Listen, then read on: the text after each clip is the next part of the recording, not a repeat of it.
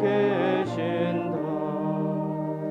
그 보좌 앞에서 큰 무리 모여 구속하신 주님 찬양하리라. 저 보좌 위에 앉으신 주님 큰 소리 높여 영광 돌리세.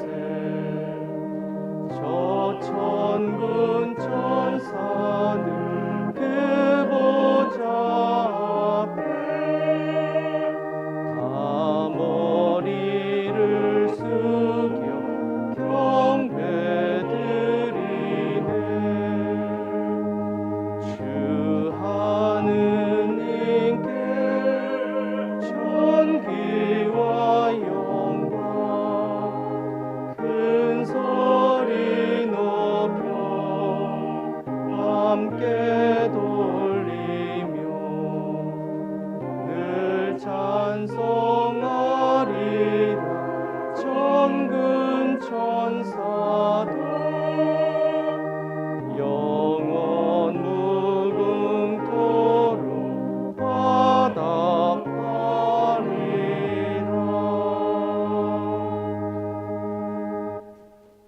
부활 3주일 감사 성찬례를 하나님께 올려드리겠습니다. 성부와 성자와 성령의 이름으로 하나이다. 정신기도 한 목소리로 드리겠습니다. 기도합시다. 전능하신 하나님, 주님께서는 모든 사람의 마음과 소원을 다하시며 은밀한 것이라도 모르시는 바 없사오니 성령의 감화하심으로 우리 마음의 온갖 생각을 정결하게 하시어 주님을 진심으로 사랑하고 주님의 거룩하신 이름을 공경하여 찬송하게 하소서. 우리 주 예수 그리스도의 이름으로 기도하나이다. 아멘. 형제자매 여러분, 그리스도께서 우리의 과을절 어린 양으로서 희생되셨으므로 이제 우리는 악한 마음과 행실을 버리고 순결하고 진실한 마음으로 우리 죄를 고백합시다.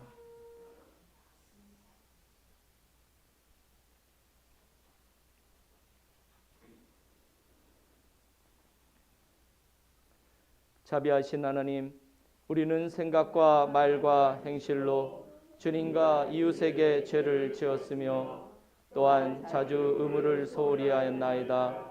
주여, 우리 죄를 용서하시고 우리로 하여금 예수 그리스도 안에서 새로워지게 하소서. 진실로 죄를 고백하는 모든 사람을 용서하시는 전능하신 하나님께서 여러분을 불쌍히 여기시어 예수 그리스도의 공로로 모든 죄를 용서하시고 선행할 힘을 주시어 영원한 생명을 얻게 하소서. 아멘. 하늘 높은 곳에는 하느님께 영광, 땅에서는 그가 사랑하시는 사람들에게 평화. 주 하느님, 하늘의 임금이여, 전능하신 하느님 성부여, 주를 경배하오며 주께 감사하오며 주의 영광을 찬미하나이다. 주 예수 그리스도 성부의 외아들이여, 주 하느님, 하느님의 어린 양이여,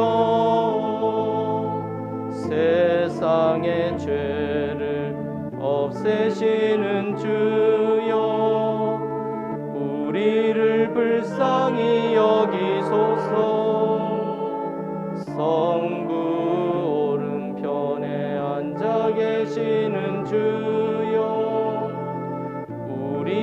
저의 기도를 들어주소서. 하느님 성부의 영광 안에 성령과 함께 예수 그리스도 홀로 거룩하시고 홀로 주님이시고 홀로 높으시도다.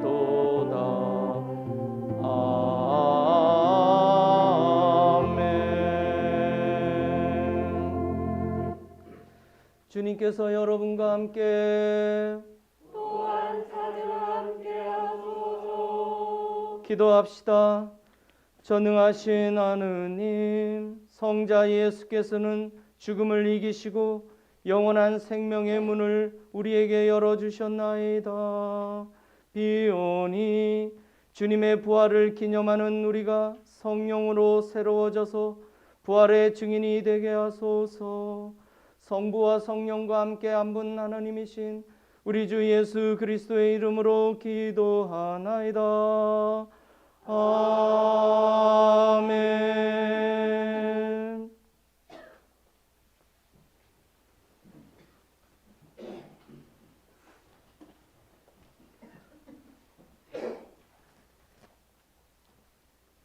일독서는 사도행전의 말씀입니다.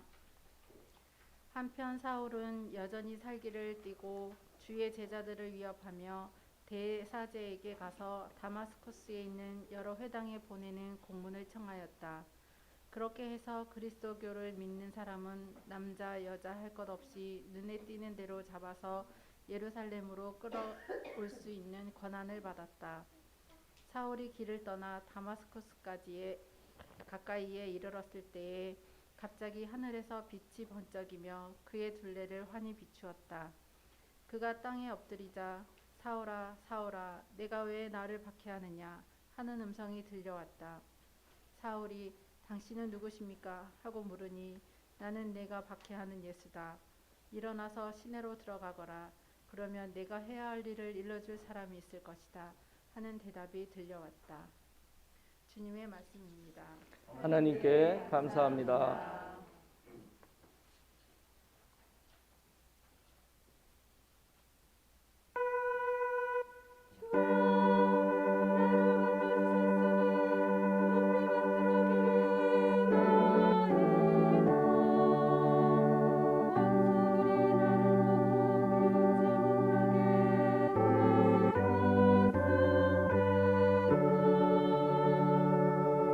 나의 주 하느님, 살려달라 외치는 내 소리를 들으시고 병들었던 이 몸을 고쳐 주셨습니다.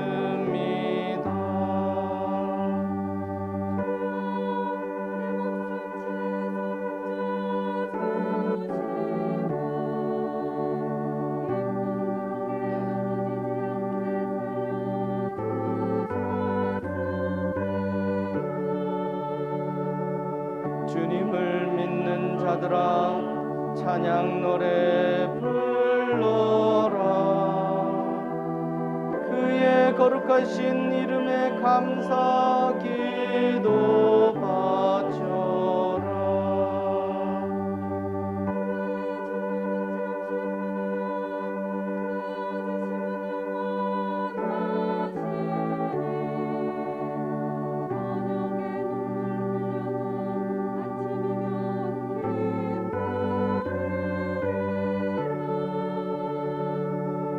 이는 내 영혼이 끊임없이 주님을 찬미하라 하심이니 주 나의 하느님 큰 종노래 담아 영원히 찬양하리이다.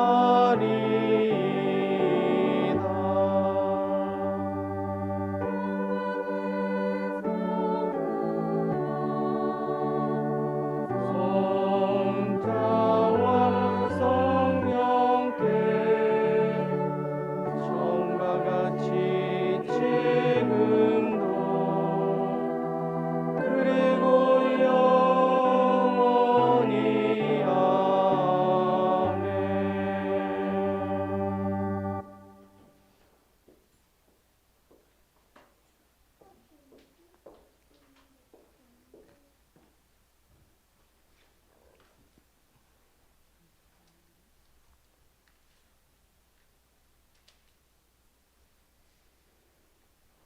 오늘의 독서는 요한묵시록 제5장 편입니다.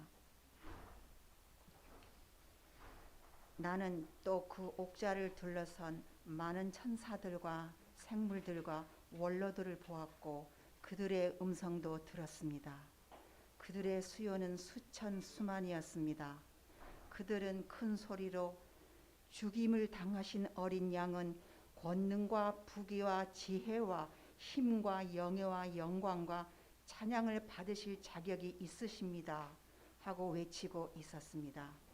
그리고 나는 하늘과 땅 아래와 바다에 있는 모든 피조물 곧 온 우주 안에 있는 만물이 옥좌에 앉으신 분과 어린 양께서 찬양과 영예와 영광과 권능을 영원 무궁토록 받으소서 하고 외치는 소리를 들었습니다.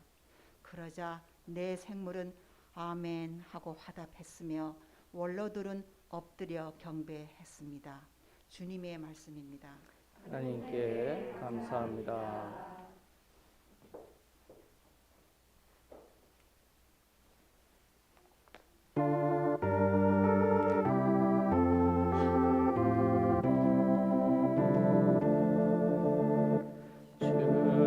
죽음의 권세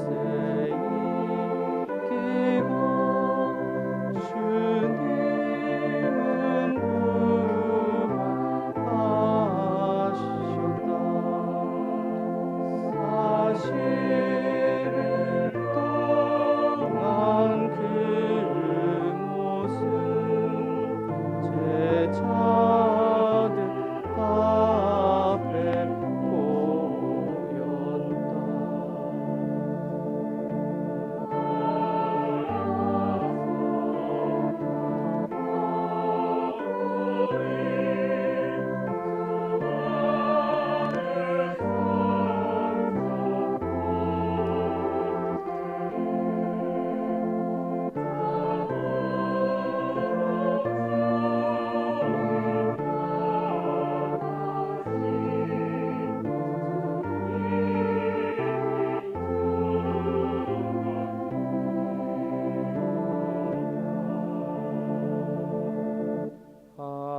할렐루야 할렐루야.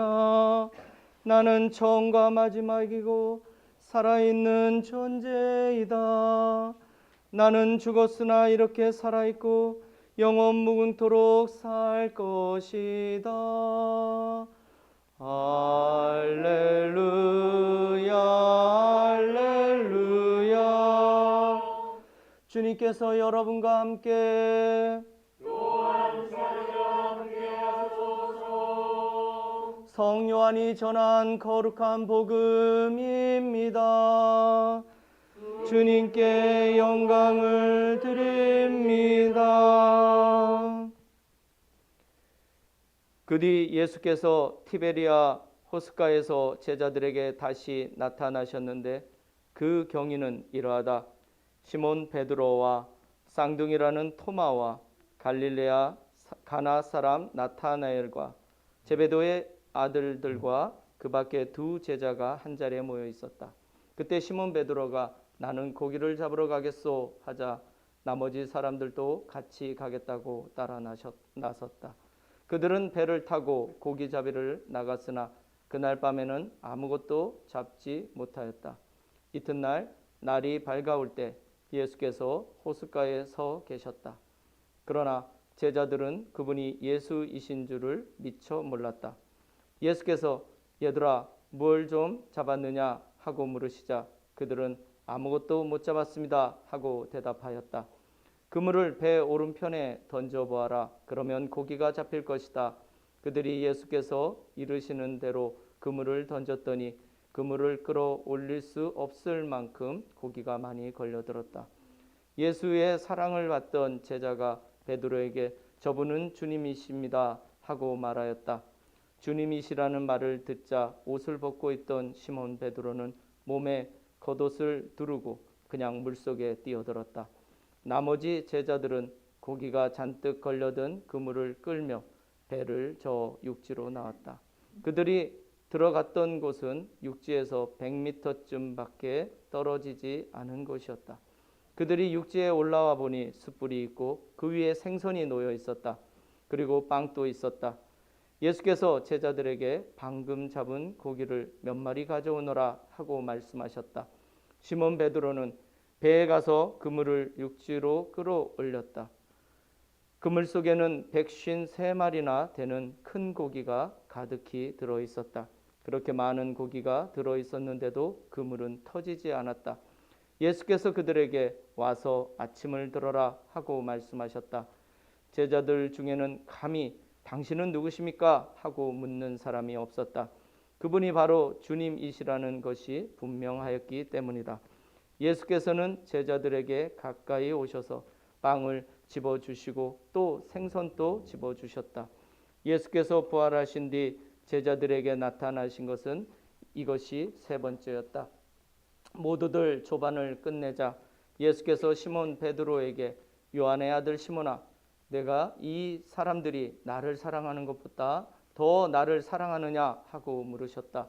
베드로가 예 주님, 아시는 바와 같이 저는 주님을 사랑합니다 하고 대답하자 예수께서는 내 어린 양들을 잘 돌보아라 하고 이르셨다. 예수께서 두 번째 요한의 아들 시몬아, 내가 나를 정말 사랑하느냐 하고 물으셨다. 예 주님, 아시는 바와 같이 저는 주님을 사랑합니다. 베드로가 이렇게 대답하자 예수께서는 내 양들을 잘 돌보아라 하고 이르셨다.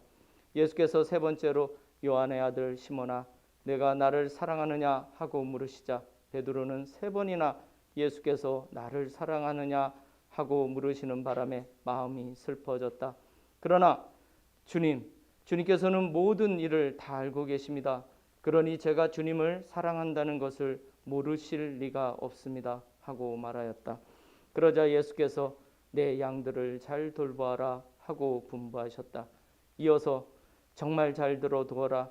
내가 젊었을 때에는 제 손으로 띠를 띠고 마음대로 돌아다닐 수 있었다. 그러나 이제 나이를 먹으면 그때는 팔을 벌리고 남이 와서 허리를 묶고 내가 원하지 않는 곳으로 끌고 갈 것이다 하고 말씀하셨다.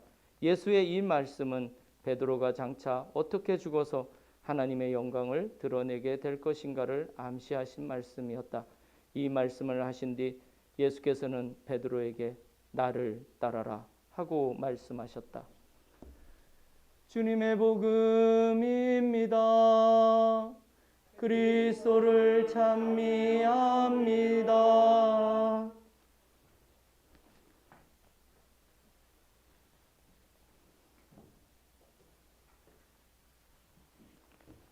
네, 모두 자리에 앉아 주시기 바랍니다.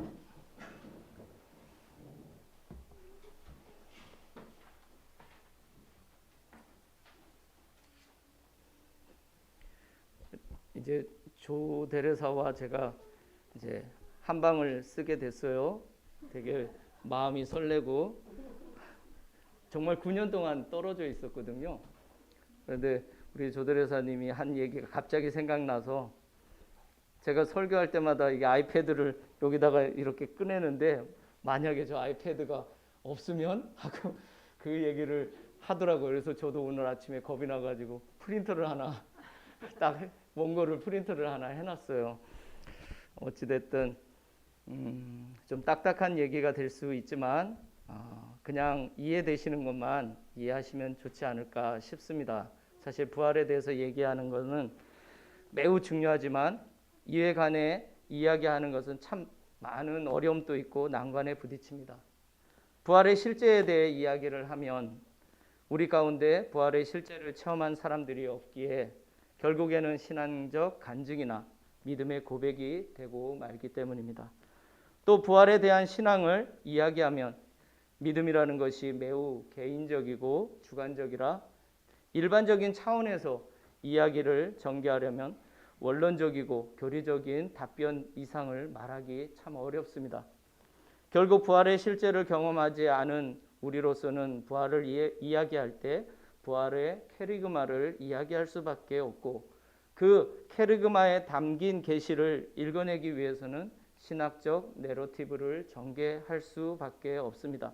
좀 딱딱하지만 당위론적이고 원론적인 이야기에서 조금 앞으로 나아가기 위해서는 우리의 부활 신앙에 대해 이제 우리의 이성을 사용하여 살펴볼 필요가 있다고 생각합니다. 부활밤 예식부터 저는 차례대로 부활의 증거, 부활의 증언, 부활의 소명을 이야기했습니다. 오늘은 부활 사건이 어떻게 우리 그리스도교의 시작에 영향을 끼쳤으며 우리에게 주어진 사회적 소명이 무엇인지 살펴보고자 합니다. 오늘 읽은 복음서는 요한복음 저자의 후계자들이 요한복음에 덧붙인 것으로 학자들은 추정하고 있습니다. 원래 요한복음은 20장에서 맺은 말을 하는 것으로 보아 20장이 끝이었던 것 같습니다. 21장은 그 부록으로 보아야 타당할 것입니다. 오늘 읽은 갈릴레아의 발현 사안은 교회론적이고 사목적인 목적에서 기록된 것으로 보입니다. 장소도 이전에 발현 사화가 예루살렘 중심이라면 이제 배경은 갈릴레아 지방의 티베리아 호수가 됩니다. 앞장의 발현 사화들과 분위기도 사뭇 다릅니다. 이미 예수의 현현을 예루살렘에서 목격했던 제자들이 그 소명을 무시하고 갈릴레아로 돌아가 고기잡이를 한 것은 앞장의 내용들과 매우 대치됩니다. 세 번째 발현인데도 주님을 못 알아봤다는 것은 잘 납득이 가지 않습니다. 이러한 이유들이 21장이 요한복음의 부록이라는 주장을 뒷받침합니다. 이 21장에서 언급된 7 제자들은 베드로, 토마, 나타나엘, 제베데오의 2 아들인 야고보와 요한, 그리고 다른 2 사람 등입니다. 7이란 수가 지닌 상징성으로 미루어 짐작하건대 이들은 부활 후 존재했던 모든 예수 공동체를 대표하고 있는 것 같습니다. 이러한 공동체에 대한 사모권을 베드로에게 위탁하는 장면이 오늘 읽은 복음서 15절에서 19절에 나옵니다. 베드로의 배신과 대조되는 3번의 사랑 고백 확인을 통해 베드로의 권위를 회복시키고 그에게 사모권의 대표성을 부여하는 내용입니다. 부활의 현현 사건을 계시로 이해하기 위해서 우리는 먼저 이에 접근하는 인간의 이성적 경로들에 대해 잠시 살펴봐야 하겠습니다. 계시는 절대적인 무한한 존재가 유한한 우리 같은 인간 실존에 관여하는 어떤 것입니다. 대부분 이러한 계시는 신비의 형태를 띱니다. 인간이 이러한 계시에 다가가는 경로는 크게 2 가지입니다. 하나는 종교이고 다른 하나는 철학입니다. 물론 인간의 본성에 의존하는 자연 종교는 논외로 합니다. 종교와 철학은 인간의 삶의 자리에서 이러한 초월과 계시를 이해하고자 하는 노력이라 할 수 있습니다. 신학의 위치는 이러한 종교와 철학의 사이 어디쯤입니다. 철학은 계시를 존재론적인 물음에서 시작하여 이를 구조적으로 구축하는 데 노력합니다. 즉 존재의 현존과 그 구조를 조직적으로 구성하려 합니다. 그래서 철학은 인간이 어디에서 왔고 인간이 무엇이고 존재가 무엇인지에 대해 끊임없이 질문합니다. 이러한 질문은 종교도 마찬가지입니다.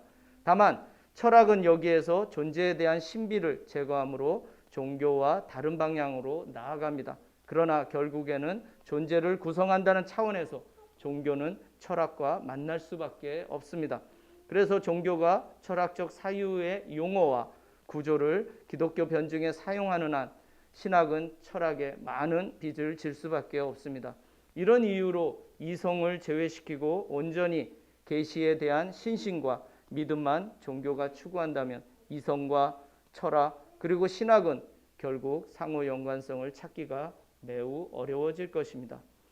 이러한 관점에서 부활의 현현 사건은 인간 측에서 하나님의 계시로 이해될 수 있습니다. 그리고 오늘 복음서는 어떻게 그 부활의 사건이 종교성을 덧입는지를 잘 보여줍니다. 처음에 예수 그리스도의 십자가는 모든 예수 운동의 마지막으로 여겨졌습니다. 최소한 유대인들과 로마인들은 그렇게 생각했을 것입니다. 물론 예수 운동 추종자들도 그랬을 것이고요. 이로써 모든 논란은 종식될 것으로 여겼지만 실상은 그것이 새로운 시작이었던 것입니다. 제자들이 십자가 사건 이후 두려움과 절망 속에 떨었다는 기록을 우리는 지난 요한복음 20장을 통해 봤습니다. 예수 운동의 마지막은 그러했습니다. 부활 사건이 발생하기 전까지 말입니다.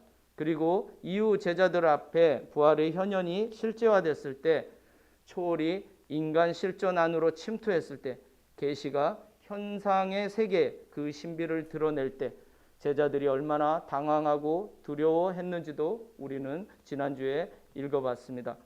우리의 이성과 경험을 넘어서는 현상에 칸트가 말했듯이 인간은 경이 또는 두려움을 느끼는 게 당연합니다. 감당할 수 없는 감정의 소용돌이, 영혼을 집어삼킬 듯한 격동, 그것을 우리는 숭고라 부릅니다. 걷잡을 수 없는 감정의 격동 속에서 인간의 마음은 그 반대급부로서 강한 안정감을 오히려 갈망하게 됩니다. 그러한 상태가 우리 안에 감정적 진공 상태를 만듭니다. 격동과 안정성을 향한 팽팽한 긴장감, 이것이 인간의 인식에 반응하여 감정이 작동하는 방식이고, 그러한 숭고적 감정을 이해하는 이성적 이해의 틈이 조금은 생기는 것입니다. 오늘 읽은 21장은 이미 시간적으로 부활 현현 사건이 원시 기독교 공동체 내에서 상당히 교리적으로 편입된 이후의 기록으로 여겨집니다. 굳이 이 이야기를 20장의 이전 이야기와 연결을 짓는다면 아마도 마리아의 부활 체험 이야기와 연결시키는 것이 훨씬 자연스러웠을 겁니다. 그러나 이 부분은 요한 학파의 추종자들이 나중에 다른 출처의 전승자료를 참고하여 덧붙인 부분이기에 시간적으로도 내용적으로도 일관성이 부재할 수밖에 없을 것입니다. 그리고 요한복음 21장의 갈릴레아 부활 현현 이야기가 제자들이 세 번째로 예수를 만난 사건이라 진술하면서 이전의 기록과 연관성을 만듭니다. 그렇다면 21장의 이야기의 의도는 분명해집니다. 많은 제자들 중에 굳이 7 제자들의 이름을 함축하여 일일이 언급한 것에서도 추측할 수 있지만, 이미 초대 기독교 공동체는 계시를 체험한 자연 종교 단계에서 서서히 조직적인 종교로의 이행을 보여주고 있습니다. 이 말은 부활 사건 이후 예수의 제자 공동체는 서서히 하나님 나라 운동에서 종교로 변모되어 가고 있었던 것입니다. 그러니 제자들의 대표인 베드로의 위상은 다시 제고될 필요가 있었습니다. 왜냐하면 그는 예수를 3번이나 부인했던 전적이 있었기 때문입니다. 그를 통해 공동체의 중심으로서의 분명한 소명과 비전이 제시되어야 했습니다. 이것은 일반 종교 시스템이 요구하는 사제와 신자의 시스템 구축의 기본이 되기 때문입니다. 이를 우리는 사목이라 부릅니다. 요한복음에 지속적으로 표현된 예수와 제자들의 관계는 사목적으로 늘 목자와 양의 관계로 비유됩니다. 이러한 목자와 양의 사목적 관계는 예수와 제자들 간의 관계에 적용되다가 이제 부활 후 원시 기독교 공동체에서는 사제와 신자의 관계로 대체됩니다. 예수의 하나님 나라 운동은 이제 부활 사건으로 새로운 전기를 맞이한 것입니다. 원시 기독교 공동체는 이렇게 사목적인 비전과 그 비전이 갖는 사랑의 관계성을 새롭게 정리하며 체계적인 종교 시스템을 갖춰가기 시작합니다. 계시는 단순히 캐리그마 차원을 넘어 이제 신학적인 변증으로 구축되기 시작됩니다. 이러한 신학적 변증은 부활 현현에 대한 다방면의 도전으로부터 원시 기독교 공동체를 지키고 유지시키는 방향으로 나아갔습니다. 바야흐로 기독교 탄생의 서막이 열린 것입니다. 계시, 혼란, 이해와 수용, 적용이라는 종교 시스템 구축의 단계를 요한복음은 이렇게 부활 이야기를 통해 우리에게 보여주고 있는 것입니다. 이제 부활의 신앙이 종교 시스템의 구축을 추동하면서 부활의 증인들인 사도들은 교회의 중심이 됩니다. 물론 베드로는 교회의 기둥이지요. 우리 그리스도인들은 종교라는 말에 약간의 불편함을 느끼는 것 같습니다. 특히 보수적인 신앙을 가지신 분들일 경우 더하죠.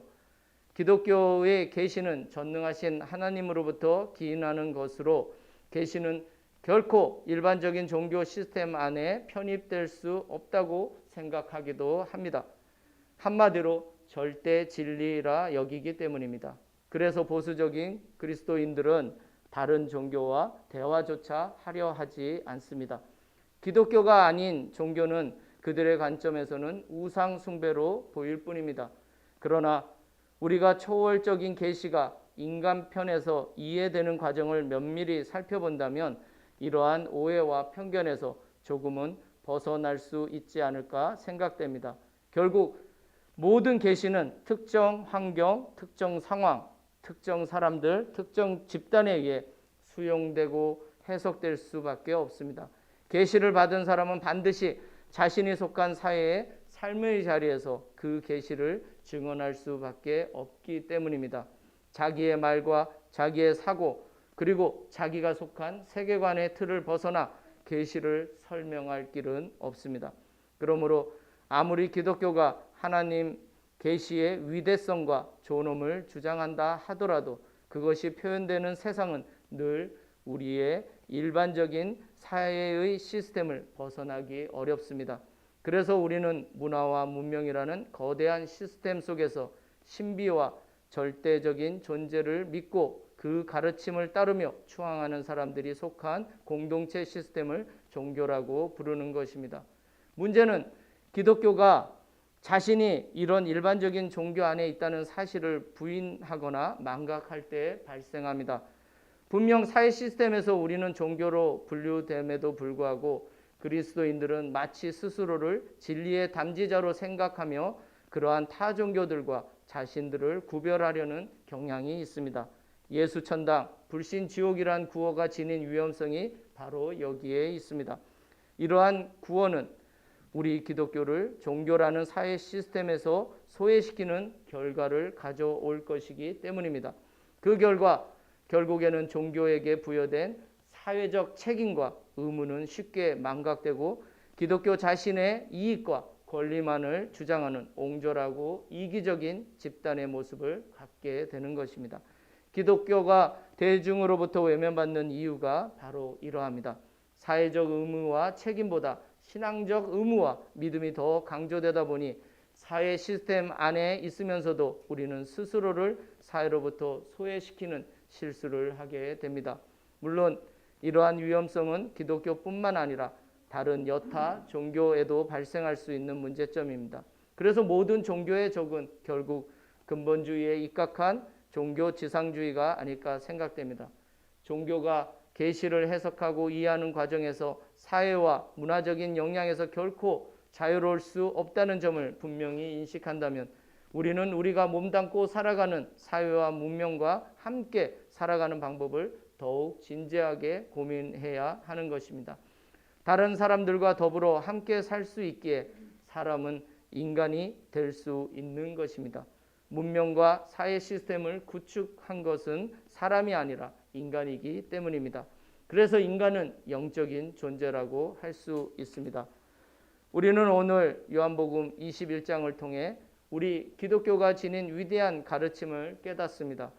우리 인간이 이룩한 문명과 사회 시스템을 더욱 견고하게 그리고 안정적으로 결합시키고 유지하는 데 필요한 것이 무엇인지를 말입니다.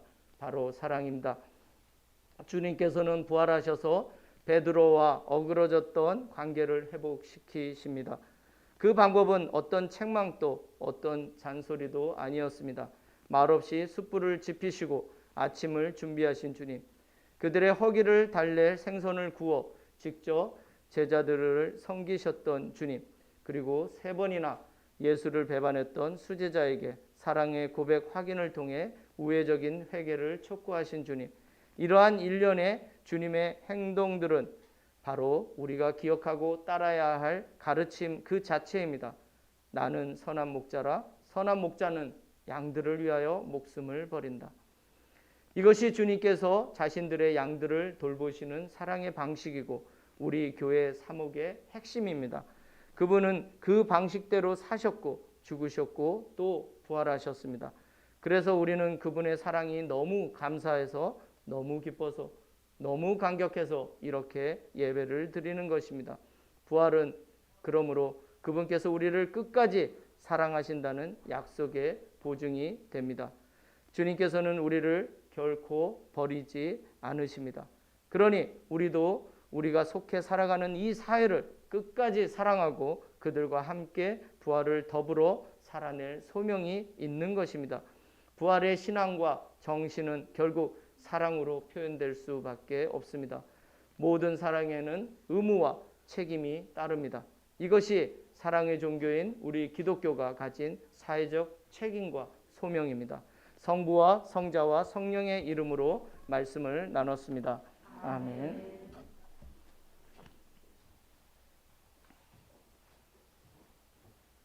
우리 니케아 신경으로 우리의 신앙, 자리에 앉으셔도 됩니다. 니케아 신경으로 우리의 신앙을 고백합시다. 우리는 믿나이다. 한 분이시며 전능하신 하나님 아버지, 하늘과 땅과 유용무용한 만물의 창조주를 믿나이다. 오직 한 분이신 주 예수 그리스도를 믿나니 모든 생계에 앞서 성부께 나신 하나님의 외아들이시며 하나님에게서 나신 하나님이시요 빛에서 나신 빛이시요 참 하나님에게서 나신 참 하나님으로서 창조되지 않고 나시어 성부와 일체시며 만물이 다 이분으로 말미암아 창조되었으며 우리 인간을 위하여 우리의 구원을 위하여 하늘에서 내려오시어 성령으로 동정녀 마리아에게 혈육을 취하시고 사람이 되셨으며 본티오 빌라도 치하에서 우리를 위하여 고난을 받으시고 십자가에 못 박히시고 묻히셨으며 성서 말씀대로 사흘 만에 부활하시고 하늘에 올라 성부 오른편에 앉아 계시며 산이와 죽은 이를 심판하러 영광 속에 다시 오시리니 그분의 나라는 끝이 없으리이다. 주님이시며 생명을 주시는 성령을 믿나니 성령은 성부와 성자로부터 나오시며 성부와 성자로 더불어 같은 경배와 영광을 받으시며 예언자들을 통하여 말씀하셨나이다. 하나이요 거룩하고 사도로부터 이오는 공교회와 죄를 용서하는 하나의 세를 믿으며 죽은 이들의 부활과 후세의 영생을 믿고 기다리나이다. 아멘. 교회와 세상을 위하여 기도합시다.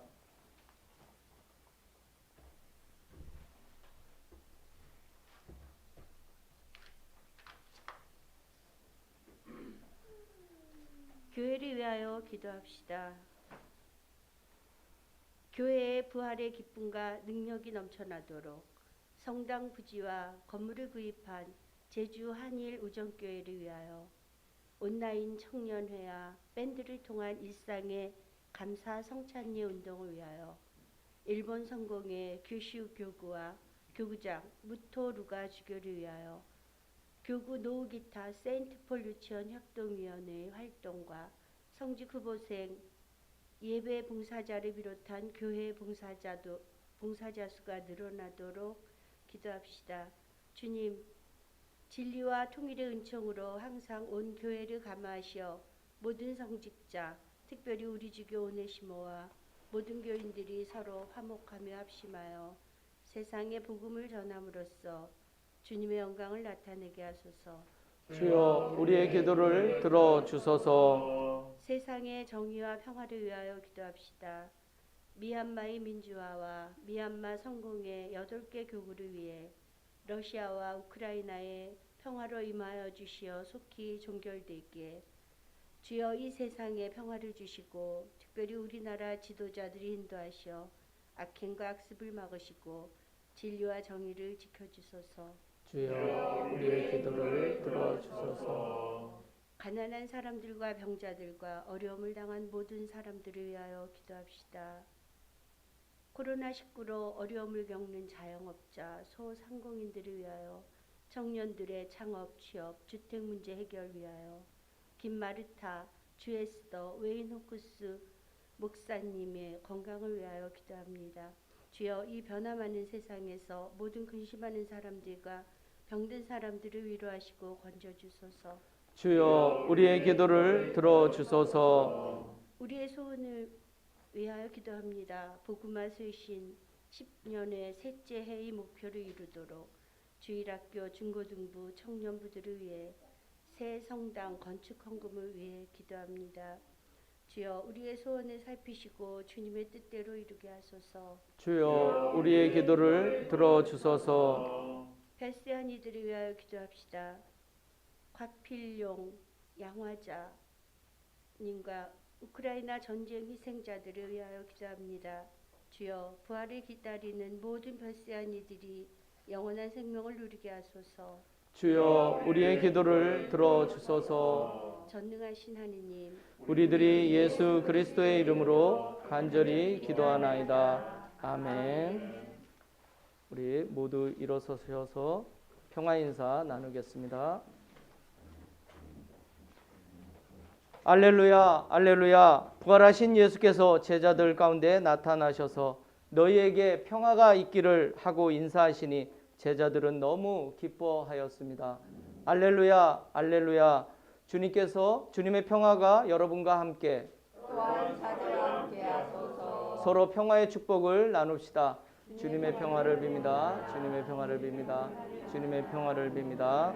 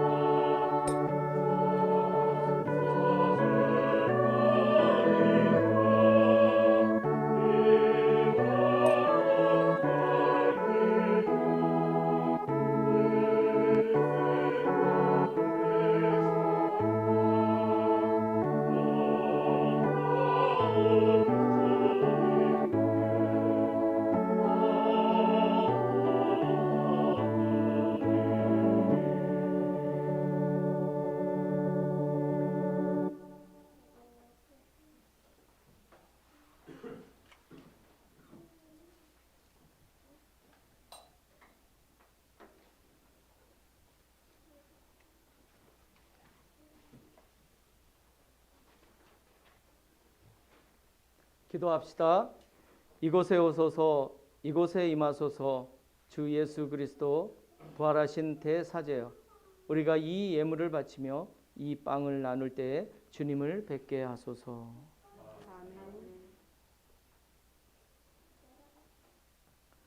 주님께서 여러분과 함께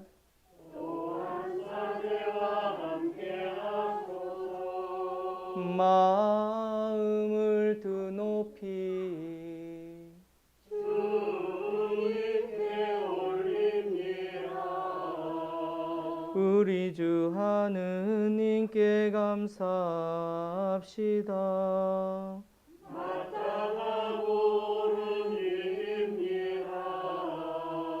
전능하신 하느님, 우리 주 예수 그리스도를 통하여 아버지께 언제 어디서나 감사와 찬양을 드림은 참으로 옳은 일이며 우리의 기쁨입니다. 성부의 외아들 예수 그리스도께서는 가월절 참 어린 양으로서 세상의 죄를 없애시고 죽으심으로 죽음을 이기시고 부활하심으로 생명을 되찾아 주셨나이다. 그러므로 우리는 하늘의 모든 천사와 성도들과 함께 주님의 거룩하고 영광스러운 이름을 소리 높여 찬양하나이다.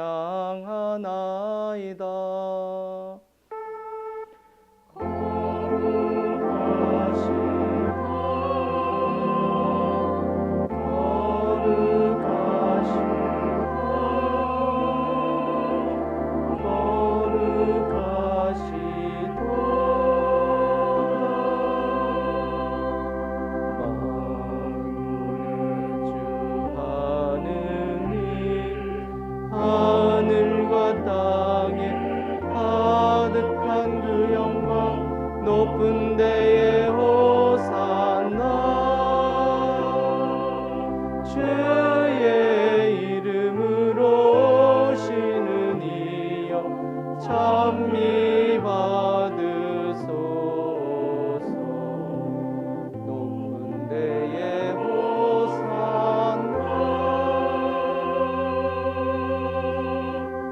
모든 영광을 받으실 전능하신 하나님, 지극한 사랑으로 외아들 예수 그리스도를 이 세상에 보내셨으며 그리스도께서는 우리의 구원을 위하여 십자가에 달리시고 세상의 죄를 없애기 위하여 자신의 몸을 단 한 번 온전한 희생제물로 드리셨나이다.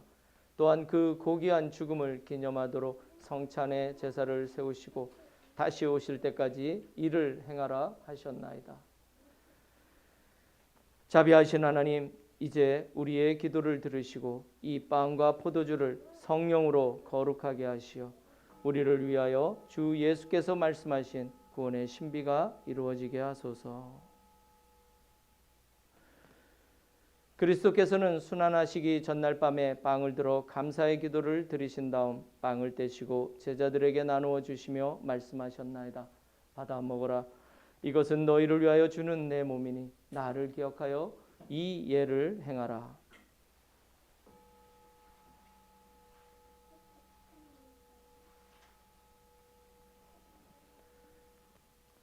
식후에 잔을 드시고 감사의 기도를 드리신 다음 그들에게 주시며 말씀하셨나이다.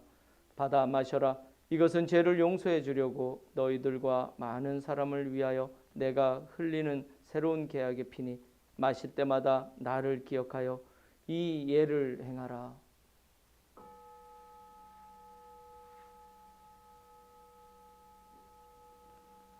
우리는 신앙의 신비를 선포합니다. 그리스도는 죽으셨고 그리스도는 부활하셨고 그리스도는 다시 오십니다. 그러므로 우리는 예수 그리스도의 순환과 죽으심, 부활과 승천하심을 기억하며 그리스도께서 다시 오실 때까지 이 빵과 포도주를 감사와 찬양의 제물로 드리나이다. 간절히 구하오니 정성을 다해 드리는 우리의 감사제를 받으시고 온 세상의 교회가 예수 그리스도의 순환과 죽으심으로 이루신 구원의 은총을 얻게 하소서. 또한 이 생명의 빵과 구원의 잔을 받는 모든 이에게 성령을 내리시어 하늘의 축복을 나누게 하시고 자신의 몸과 영혼을 하나님께 드려 합당한 산제물이 되며 예수 그리스도와 한 몸이 되게 하소서. 전능하신 하느님은 그리스도를 통하여 그리스도와 함께 그리스도 안에서 성령과 하나 되어 온갖 영예와 영광을 영원토록 받으시나이다. 아멘. 아멘. 아멘.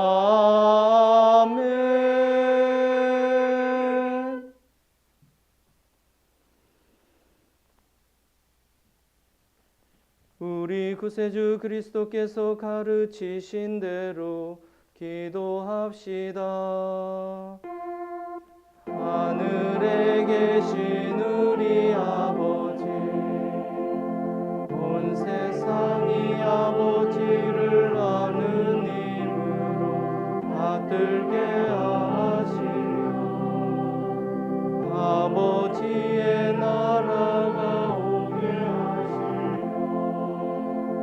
아버지의 뜻이 하늘에서와 같이 땅에서도 이루어지게 하소서.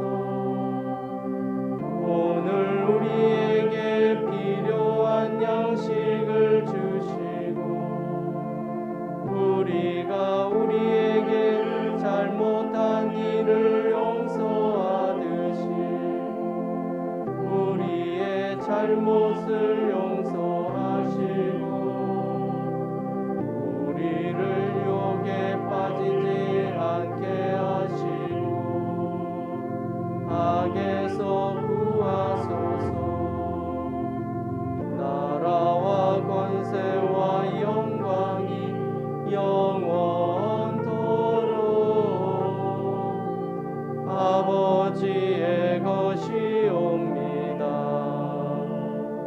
아멘. 우리는 이 빵을 떼어 주님의 성체를 나눕니다. 우리는 서로 다르나 한 빵을 나누며 한 몸을 이룹니다.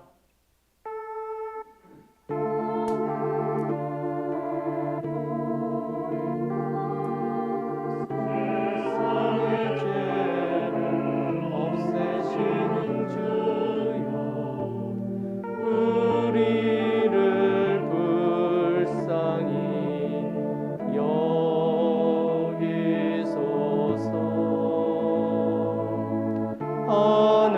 하느님의 어린 양, 세상의 죄를 없애시는 주여,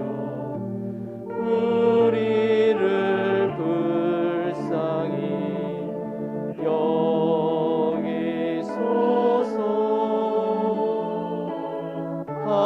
하느님의 어린 양, 세상의 죄를 없애시는 주여, 우리에게 평화를 주소서.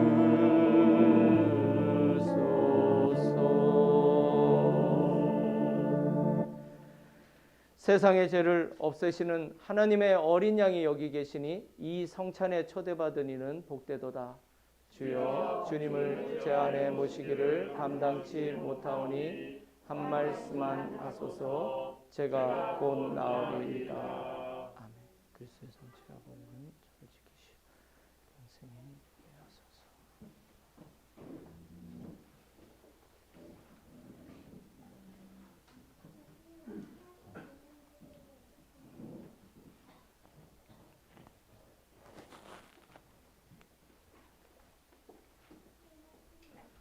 거기 쓰시면 될 것 같습니다.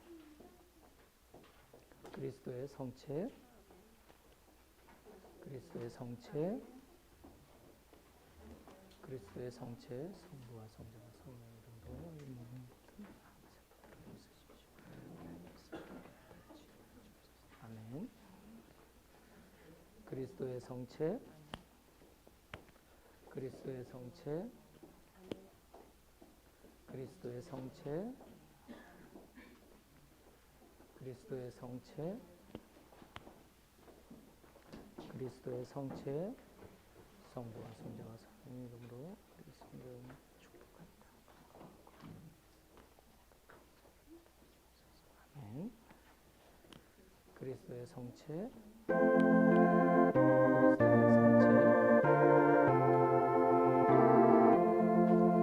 그리스도의 성체, 성부와 성자와 성령의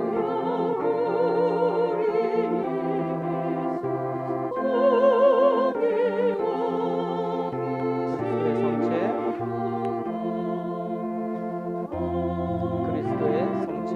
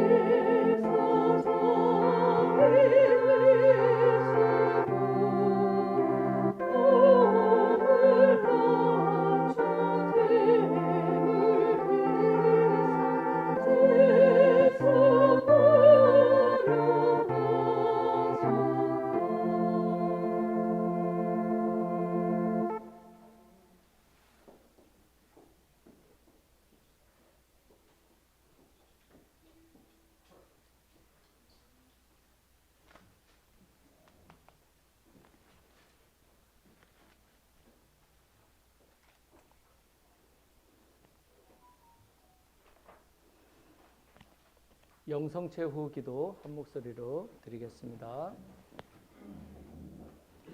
기도합시다. 자비로우신 하나님, 우리가 부활의 신비를 나타내는 이 성사를 받았나이다. 비오니 우리를 사랑의 성령으로 채우시고 그 사랑 속에 한 마음이 되게 하시어 부활의 기쁨을 항상 누리게 하소서. 우리 주 예수 그리스도의 이름으로 기도하나이다. 아멘. 주님께서 여러분과 함께 구주 예수 그리스도를 부활하게 하시고 우리의 목자로 삼으신 평화의 하나님께서 여러분을 도우사 주님의 뜻에 맞는 모든 착한 일을 하게 하시며 전능하신 하나님 성부와 성자와 성령은 여러분에게 강복하소서.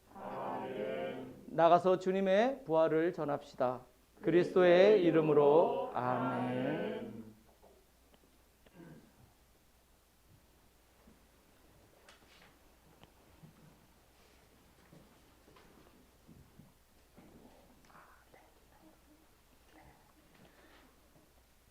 우리 신자 회장님이 안 계시니 사람이 많아도 뭔가 빈 것 같은 느낌이 제 마음에 드는데 저만 그런가요? 네.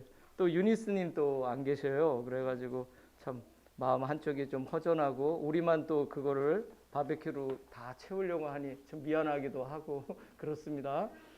우리 신자 회장님과 또 유니스님 위해서 기도해 주시기 바랍니다. 광고 주보에 있는 거 참고하시면 되고 그 특별한 거는 오늘 어린이날 그리고 청소년의 날 우리가 선물을 준비했어요. 그래서 많은 거는 아니지만 뭘 사야 될지 고민하다가 결국은 각자가 알아서 사라고 저희가 상품권을 준비하는 게 낫겠다고 결론을 내렸어요. 그래서 우리 오늘 어린이들 우리 민혁이도 왔나요? 네. 우리 민혁이부터 줄까요? 예, 지금 자, 우리 민혁이 앞으로 봐야지. 자, 이거 받고, 자, 우리 민혁이 위해서 축복의 박수를. 예. 자, 우리 민혁이 들어가세요.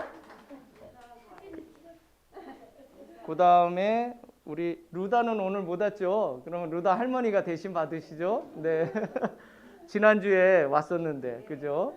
그래도 뭐 작지만 우리 루다에게 필요한 그 그림책 하나 사면 딱 될 것 같습니다. 네. 그 다음에 또 누가 있죠? 지금 있는 성주?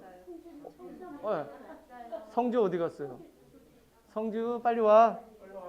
우리 성주. 네. 네, 우리 성주도 우리 예배 참석률이 참 높은 우리 어린이입니다. 네, 우리 앞으로 봐야지. 우리 성주 위해서도 기도 많이 해주시고 얼마 전에 아팠어요. 그래도 이렇게 건강한 모습으로 나타나서 너무 감사합니다. 네. 또 누가 있죠? 우리 큰 학생들도 이제 주려고요. 근데 안 왔네. 우리 애은이는 조금 더 담았어요. 왜냐하면 내일이 또 시험인데 이렇게 주일날 우리와 함께하고 또 봉사를 해줘서 너무 감사하고 또 좋은 거 책 사 보라고 또 우리 뒤로 돌아서 인사하고요. 우리 애은이. 그러면 다른 분들은 그럼 대신 받으실 분도 안 계시나? 누가 있더라? 그 누구였더라? 이름이 지금 갑자기 생각이 안 나네요. 하여튼 나머지 다 챙겨드리겠습니다. 그리고 다음 주는 5월 8일 또 어버이날이에요. 그래서 고민을 했어요. 그랬더니만 안 되겠다. 70세 이상으로 우리 끊자. 65세 이상으로 했더니만 상처받으실 것 같아요. 내가 뭐 나가서 이렇게. 그래서 70세 만으로 70세 이상 되시는 분이 아마 두 분인가요? 우리 수녀님 그리고 우리 로이스님인 것 같아요. 그래서 다음 주에 또 우리 어버이날 대표로 또 교회를 위해서 헌신해 주신 두 분께 또 감사하는 마음을 드리고자 합니다. 다른 분들 괜찮으시죠? 65세 이상 되시는 분들. 예. 네. 그리고 이제 이제 예배 시간이 이제 조정이 됩니다. 그래서 5월 8일부터는 주일 예배를 오전 9시 그리고 오전 11시 두 번 나눠서 드릴 테니까 좀 그날 일찍 와서 예배 드리실 분들은 일찍 오셔서 예배를 드리셔도 좋을 것 같습니다. 그렇게 해서 조금 제가 기도하는 거는 이렇게 나눠서 예배를 하면 각 예배마다 가득 채워주실 거라는 믿음을 가지고 제가 예배를 나누자 이렇게 생각을 했습니다. 그렇게 되면 참 감사할 것 같아요. 그리고 토요 감사 성찬례도 이제 저녁 7시면 좋겠죠? 너무 늦나? 너무 이른가? 토요일에? 예. 네. 예. 토요일이니까 상관없겠네요. 그래서 그렇게 이제 시작하고요. 격주로 그러니까 둘째, 넷째 토요일은 우리 류 바르나바 교우님이 찬양 인도를 할 거예요. 그래서 토요일은 예배 형식을 좀 바꿔보려고 저도 지금 고민을 하고 있어요. 그래서 주일 예배와 좀 다르게 좀 가볍게 우리가 좀 서로 교제도 하면서 찬양도 마음껏 부를 수 있는 그러한 시간이 됐으면 합니다. 그래서 토요일에 시간 되시는 분 함께 해주시면 감사하겠습니다. 네, 오늘 그 친교 가든 파티가 있는데 지금 여기 바베큐 그릴이 2개나 준비가 돼 있고, 근데 오늘 제가 그 고기를 잘 굽는 분을 섭외를 했는데 바르나바님 말고 또 한 분 또 누가 좀 해주시면 고기 준비 다 되어 있거든요. 그래서 드시고 가시면 될 것 같습니다. 그리고 한 가지 달라진 거, 의자 정말 달라졌죠. 어떠세요? 좋아요. 예. 그래서 예배가 끝나면 저희가 이제 한 가지 일이 좀 생겼어요. 요 뒤에 책받침 있는 것들은 저 뒤에 카트가 있는데 거기다 그냥 차곡차곡 쌓으면 좋을 것 같아요. 그러면 우리가 이 공간도 좀 자유롭게 앉아서 동그랗게 의자를 만들 수도 있고 편하게 우리가 이 공간을 좀 활용할 수 있을 것 같아서 그렇게 했으면 좋겠습니다. 이상입니다. 네. 파송성가가 572장입니다.